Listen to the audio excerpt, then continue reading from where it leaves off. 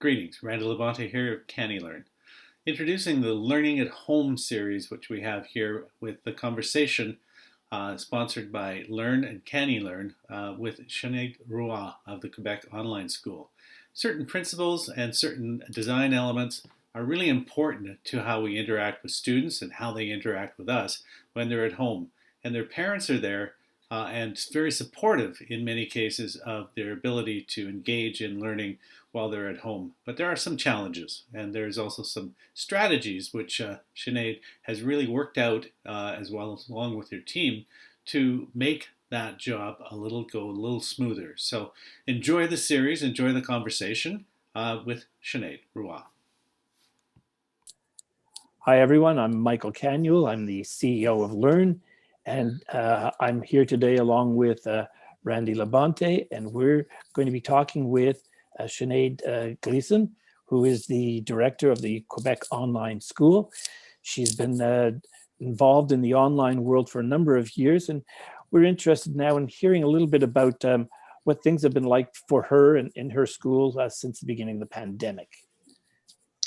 So things changed almost overnight for me. I've been working, as you said, across Canada with various different homeschoolers or alternative schools or distributed learning schools. And I had about 30 students here in Quebec that were working with me more or less full time until August of this year. And then literally within 2 weeks, it went from 30 to 300 students.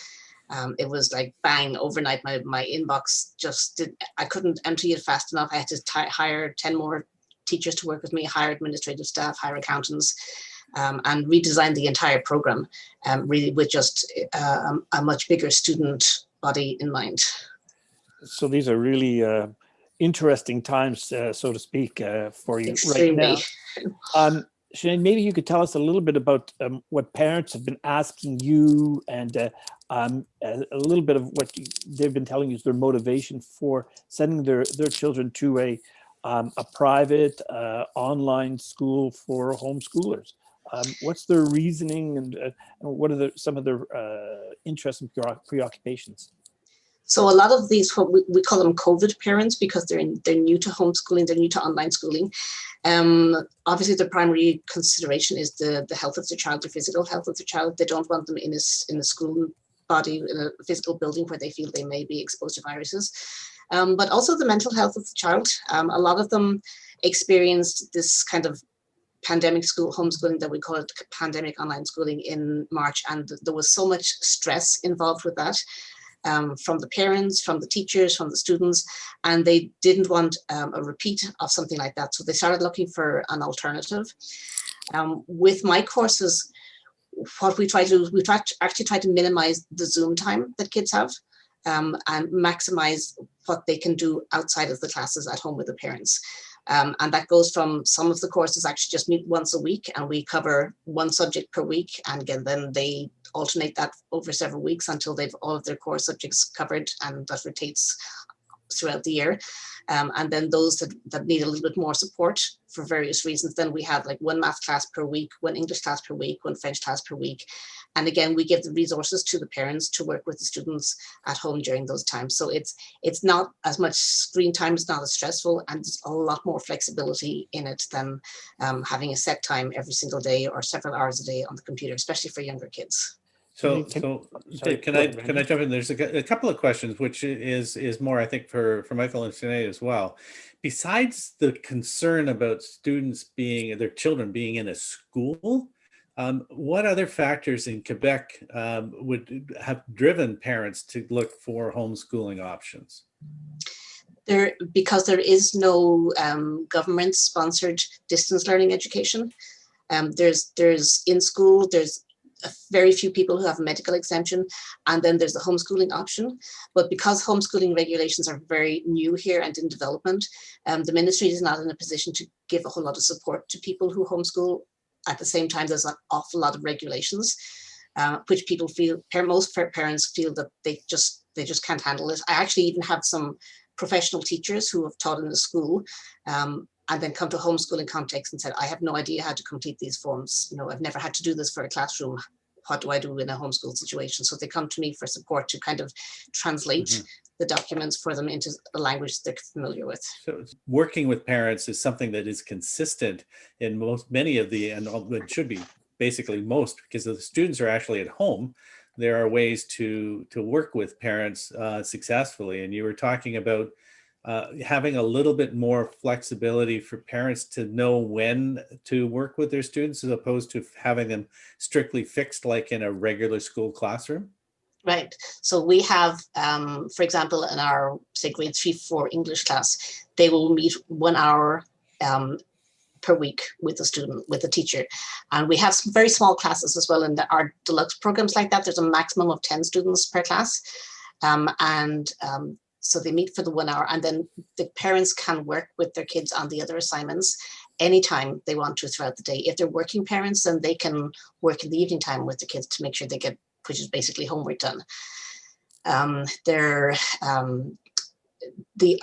what we call our all-in-one class, which is just one Zoom class per week. Again, we put all the documents out there in Google Classroom. We'll say, this is what we covered with your child in class. These are your options for homework. And we differentiate a lot so that kids who are very strong or kids who are very weak, the parents can choose which assignments are good for them. And sometimes, depending on the mental health of the child at the time, it could be something just like a very easy assignment, just to say, I made some progress today. Or if the child's up to it, the parent's up to it, it could be something much more challenging. And, we've had some kids also produce their own, say, I've got this great idea, I'd like to, make an iMovie instead of creating a drawing. And we'll say, absolutely, go ahead and do what you want to do. And as long as they're covering the competencies, we let them do it in the way that works best for them. Sinead, how do you monitor progress with your students? If they want to move ahead, if they're falling behind?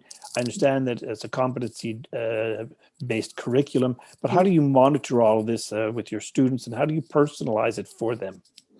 So the key areas for moving ahead, or being a little bit behind, is also obviously in literacy and in mathematics, because those are the two that are really have to be differentiated in order to make progress. So we have them on an online program. We use Reading Eggs, where each child is tested when they go into the program. The program places them on a level that's appropriate for their skill at that time. It's not a grade-based, it's really their skill-based. And they move through that at whatever rate is suitable for them.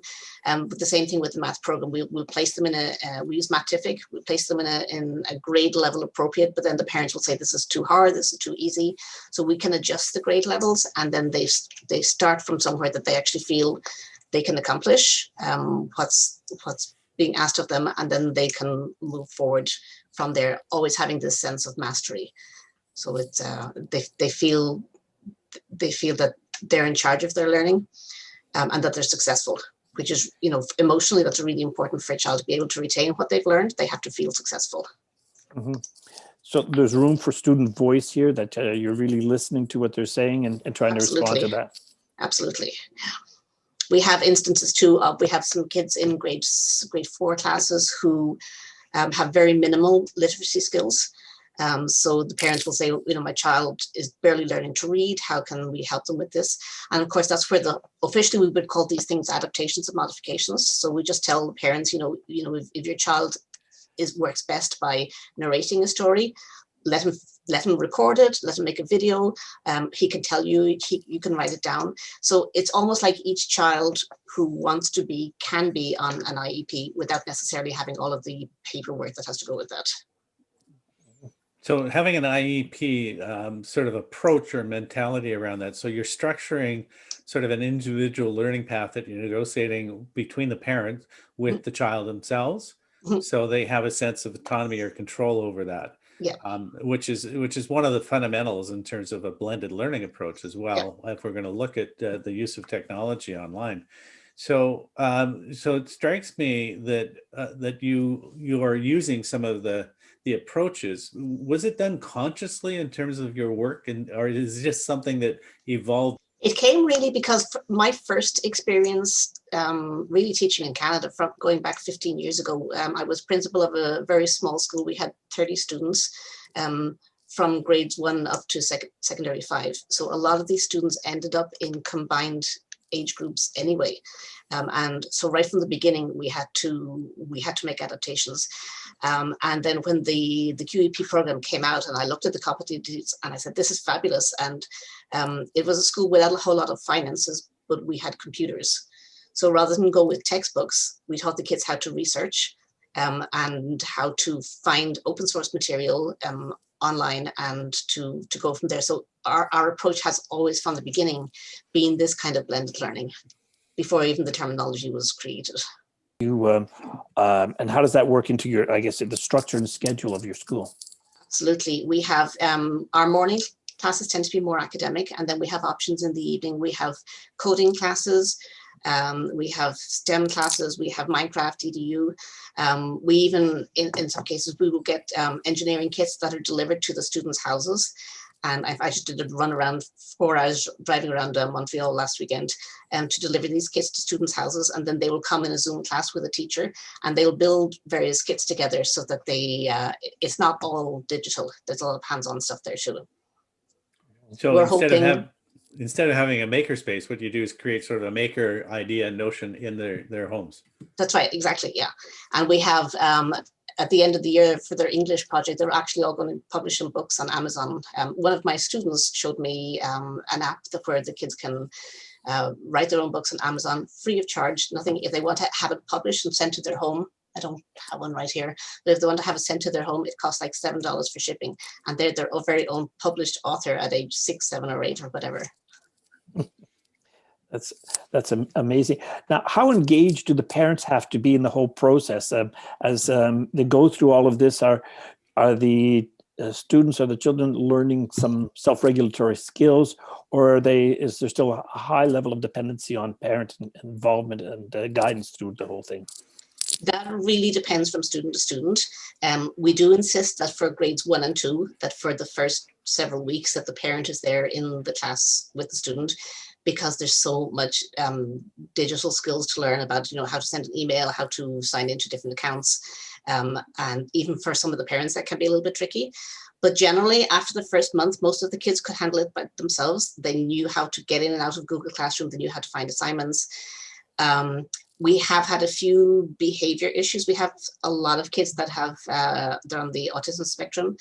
So that kind of regulation during a Zoom classroom can be a little bit challenging. So there were probably, like out of 300 kids, there's maybe 5 where we asked for the parents to be on hand, as in, if we send them a text, we say, hey, your child needs a little bit of, rather than, just mute them or put them out of the classroom, it's best if there can be some sort of parental involvement at that stage. But again, once that was established and the child knew, then it hasn't come up again since then. So what happens if you don't have that parental involvement?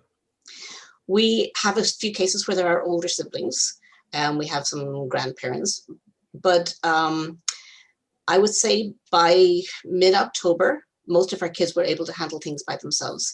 Then we have if the parents aren't around during class time, of course, there's all sorts of communication back and forth. They can, ours is very social based, our whole program. So I have probably as many people sending me, asking me questions through Messenger on Facebook. And I know not every teacher is going to be comfortable with that, but that's where the homeschool community in Quebec lives.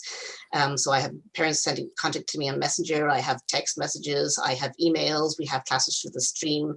I have phone calls.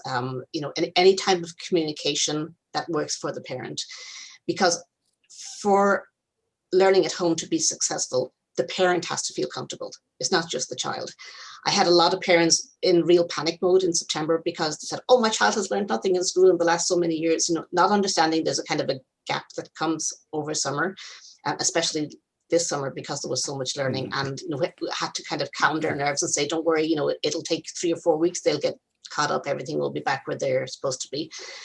One of the other big issues was communicating pedagogical language to something that parents will understand, because like what's the learning plan, what's the project, what's the competency. They would look at all of these requirements that they were supposed to fulfill and not understand, how do I do this? So I said, well, what is your child doing for science at home? How are they learning to measure things? How are they cooking? How are they all the normal life skills especially for younger children's grade 1, 2, 3, 4, the normal life skills that come into social studies, come into community connections, come into asking questions, making predictions. They're normally things that happen at home anyway. We just got to learn to kind of take those things, see where it fits in the program, and then how to report on it. Sinéad, I'm curious about what are your teachers feeling and thinking about teaching online in this particular context, working with homeschooled children?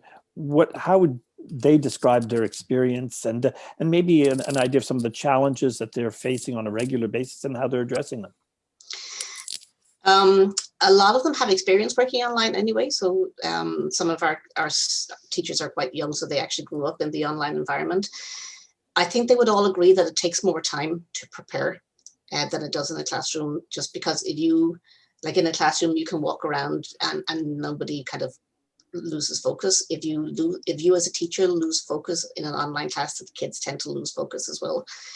So there is more work in preparing things. There's also more work in scoring things. Children will turn in assignments digitally that are maybe blank, or and they don't know it, and the parents then don't. There's more communication that goes back and forth between parents and teachers. But other than that, I would say they love it. My daughter is one of my teachers, and she studied professional theatre. Now, you put an actress in front of a Zoom camera, and like the kids fell in love with her the very first day. And it's not for everybody, but for those for whom it works well, once you make that change and that adaptation, then it works really well. Being the student and now you become the teacher, certainly there's a level of adaptation, and maybe with the technology, and then also with the adapting their pedagogy and their practice. It's a different mindset. You have to think very visually, which is actually great for learning. I discovered when I started working with special education departments that when you adapt a lesson to meet kids that are visual, that it actually works best for everybody, because those that have weak processing skills in other areas will benefit from the visual, but also those who have strong processing skills in other areas will also benefit and add to it. So I guess the hardest thing is to balance between teacher input and then the student feedback, and to try and find ways to encourage student input or control, depending on the age group, without getting burnt out. When we go into Zoom first, I guess it's like my first year when I was actually teaching a student teacher. I remember having lesson plans that were this long, and I got through this much of it. And it's the same thing with Zoom. We tend to think we've got to fill up this amount of time, and it's to learn to step back and to engage the students. And we engage them differently than we do in a classroom, and we engage them differently depending on their ages. Mm-hmm. I would say probably even for me, because the older students, grades 7, 8, 9, 10 upwards, the students that I have this year haven't grown up in Zoom classrooms. They initially were very reluctant to get involved. They didn't want their cameras on. They didn't want to participate in the chat unless you specifically called out somebody's name. And one of the things that I started doing actually just recently is having shared documents, that the kids can, I put a question out there, they go into breakout rooms, they talk about it for a bit, and then they come back in and they type out their responses on a shared document that everybody can see. And this way, everybody's involved, rather than just the 2 or 3 that are comfortable speaking. So, Sinead, what are your thoughts about having the cameras open on for students? Some teachers really want it on so that they can monitor the students, and other teachers feel it's not really necessary and that might even be invasive. And I know there's 2 schools of thought. What are your thoughts on this, and how do your teachers feel about it? So I tell the students that my preference is to have cameras on, just because as a teacher, or even just as a person, when I'm talking to somebody, visual communication is so important. But at the same time, I think we need to give students the grace to understand that they are individuals too, and that they have their choice. They have a right to respond. And if for whatever reason they don't want their cameras on, whether it's they're just conscious about their appearance, or maybe they have cleaned up their bedroom, or for whatever reason, if we recognize their their rights as people, their rights as learners, and say, okay, if you don't want to have it on, that's fine, but communicate with me in some way. And if I call on a student and there's like silence for 2 minutes, then I'll have to assume that perhaps the student's not there. But if they're prepared to respond either orally or with the chat or in some other way, then I know that they're engaged in the lesson, then that's fine with me. It's harder on me, but it's fine with me. Yeah, so as you say, that there's some level of communication that's two-way and reciprocal. Yeah. It could be through text chat. It doesn't always have to be through visual or audio. Yeah. It can be. And then the notion around shared documents are also a piece of that whole sort of two-way communication. Yeah. The little kids are completely different. They all want their cameras on and they want to show you their dog and their cat and their rabbit and their baby pig and whatever else. And the latest drawing that they did, there's no problem. I'd say for 99% of the younger kids, there's no problem with the social interaction. They love it. It's the older ones. And it's the older ones, especially who are new to this. It will be interesting to see as the younger generation grow up. I have one class in New Brunswick. So the kids are in secondary 4 now, and I think this is about their 5th or 6th year online, and they don't have a problem with the cameras on because they've grown up with it. But the new ones that come in, even to that class, for them it's a bit of a shock that everybody else has their camera on. And again, I say, listen, if you want to have your camera off, even though everybody else has their on, I respect your autonomy to do that. Well, I think to a certain extent, us as adults who were not involved, I'm going to exclude myself from this because I've been working online and video is really an important part. But adults that have first come in, teachers, the reluctance to have the video on was certainly there to begin with. And then as confidence and understanding, and I would say to a certain extent, a new social code around what we do and what we don't, because parts of our lives are more exposed as people, as individuals. I think there is a bit more of a social acceptance and a norm that has evolved even in the last few months for teachers and educators who are constantly in video meetings, whether it be in Teams or Zoom or whatever. But it's more driven through a collaborative exchange like this conversation, as opposed to production. And so video, to a certain extent with students as well, their backgrounds can be distracting, but they're also part of who they are and where they live.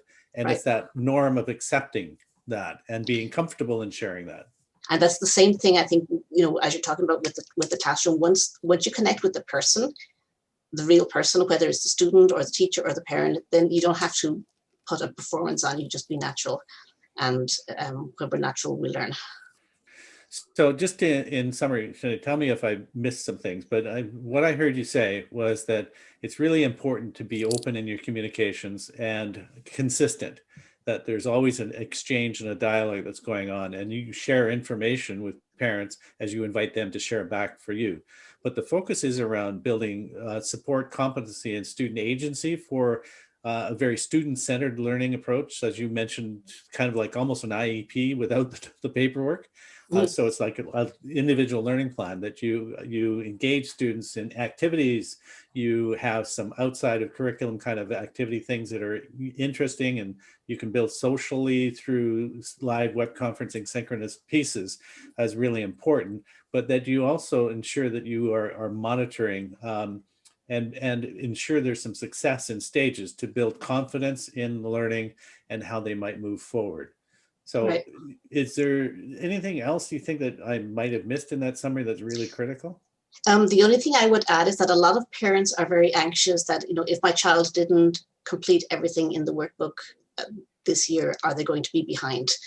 And they need to understand that as important as content is, the competency is much more important. I remember when we started looking at different programs for our school, and we thought, will we use this? Will we use this? And somebody really put my mind at ease. They said to me, no matter what you choose, your child is going to miss out on something. So this, because it was, 2010 maybe at the time, he said, the amount of knowledge that's out there in the world is expanding every single day. There's no way you can teach your child every single thing they need to learn. But if you can teach them how to learn, then they're going to be okay. So we focus on building good literacy skills and good numeracy skills and good communication skills, and the rest will be okay. And, you know, just assure parents that their child is going to be okay. That's really what they want to know, that academically, but also socially, emotionally, mentally, the child is going to be okay and that they're doing the best that they can. Fantastic. Thank you. You're welcome. Well said. We hope you enjoyed the conversation, the dialogue about learning at home with Sinéad Roy, and we look forward to some additional conversations that we'll broadcast at LEARN and CANeLearn. In the meantime, if you have any questions, feel free to contact Dr. Michael Canuel or myself at those emails, or find out more information about the programs at LEARN or CANeLearn at the web address that you see. Thanks.